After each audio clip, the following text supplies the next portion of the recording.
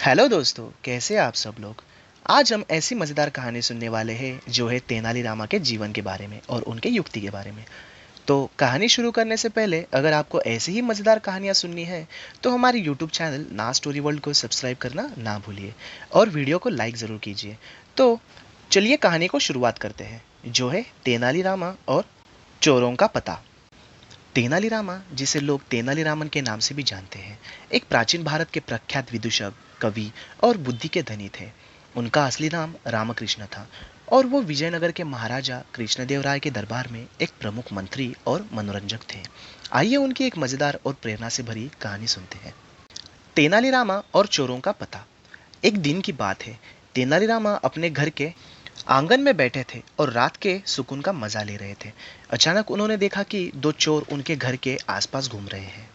उनका इरादा साफ था, वो तेनालीरामा के घर में चोरी करना चाहते थे।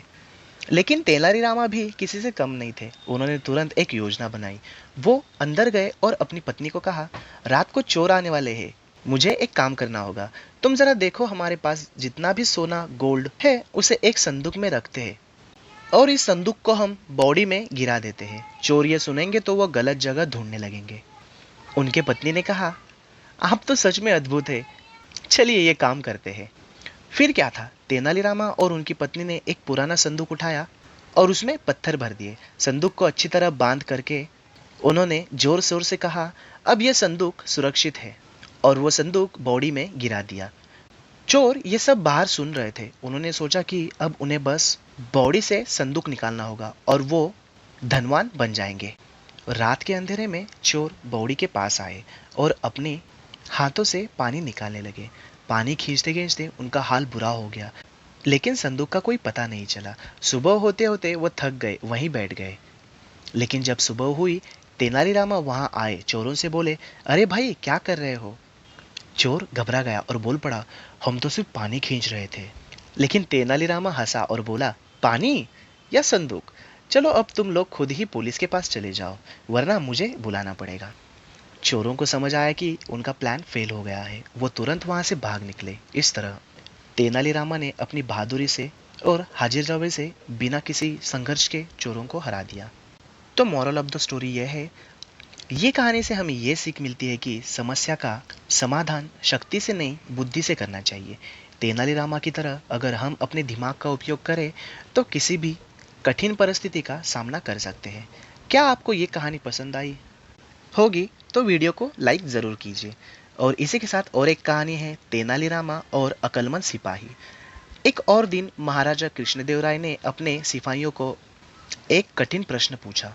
अगर एक आदमी के पास दो गधे हो और उनमें से एक गधा भाग जाए तो आदमी क्या करेगा।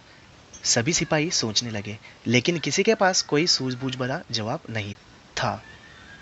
तब महाराज ने तेनालीरामा को बुलाया और कहा, तुम ही इसका समाधान करो। तेनालीरामा हंसकर बोला, महाराज, ये तो बहुत आसान है। अगर एक गधा भाग जाए तो आदमी दूसरे गधे पर बैठकर उसके पीछे जाएगा। गधे तो हमेशा एक ही दिशा में जाते हैं। महाराज और दरबार के सभी लोग तेनालीरामा की हाजिर जवाबी पर हंसने लगे। उन्होंने कहा, तुम्हारे जैसा समझदार और हाजिर जवाब व्यक्ति के रहते हुए हमें किसी और की जरूरत नहीं है। मॉरल ऑफ द स्टोरी, इन कहानियों से हमें यह सीख मिलती है, बुद्धि का उपयोग। हर समस्या का समाधान शक्ति से नहीं, बुद्धि और समझदारी से भी करना चाहिए। दूसरा, हाजिर जवाबी। मुश्किल समय में हाजिर जवाबी और सूझबूझ आपको हर समस्या से निकाल सकती है। तीसरा, साहस और समझदारी। हमेशा चतुराई के साथ काम लेना चाहिए, जैसे तेनालीरामा करते हैं। क्या आपको ये कहानी पसंद आई?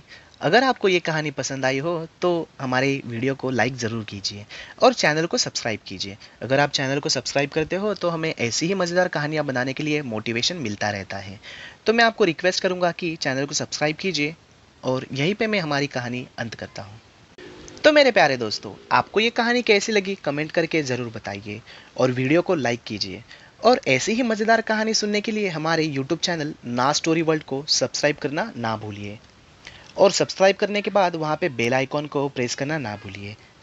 धन्यवाद।